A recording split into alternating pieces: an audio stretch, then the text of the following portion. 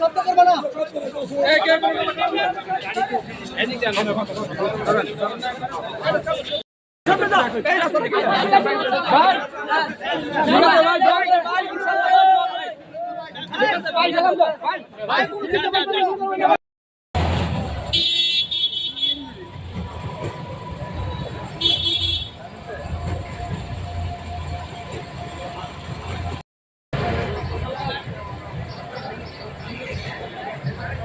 আপনারা জানেন যে বৈষম্য বিরোধী ছাত্র আন্দোলনে রূপগঞ্জ এলাকায় যে ত্রাস হয়েছে, যে হত্যাগুলি হয়েছে, যে সন্ত্রাস হয়েছে, সেই সন্ত্রাসের হোতা মিজানুর রহমানকে ইতিপূর্বে গ্রেপ্তার করা হয়েছে।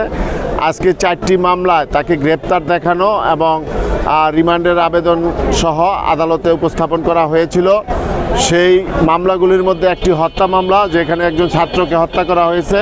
সেই হত্যা মামলায় 10 দিনের রিমান্ড চাওয়া হয়, তার 5 দিনের রিমান্ড মঞ্জুর হয়। আর অপর 3টি মামলার মধ্যে 2টি মামলায় 2 দিন করে এবং 1টি মামলায় 1 দিন করে, মোট 5 দিন।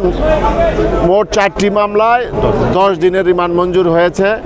আমরা আশা করি এই মামলাটি তদন্তের মাধ্যমে জিজ্ঞাসাবাদ করলে তার থেকে গুরুত্বপূর্ণ তথ্য আসবে, কারণ সে এই হত্যাকাণ্ডের সাথে সরাসরিভাবে জড়িত এবং তার নাম এজাহারে আছে, তার বিরুদ্ধে সুনির্দিষ্ট অভিযোগ আছে। সেই হিসাবে আমরা মনে করি যে এই রিমান্ডের জন্য আয়ু সাহেব যে আবেদনটা করেছিল সেটা বিজ্ঞ আদালত মঞ্জুর করেছে। আমরা আশা করি এটা একটা সুফল পাবো ইনশাল্লাহ। মামলাটা তদন্তে অগ্রগতি হবে। সবাইকে ধন্যবাদ।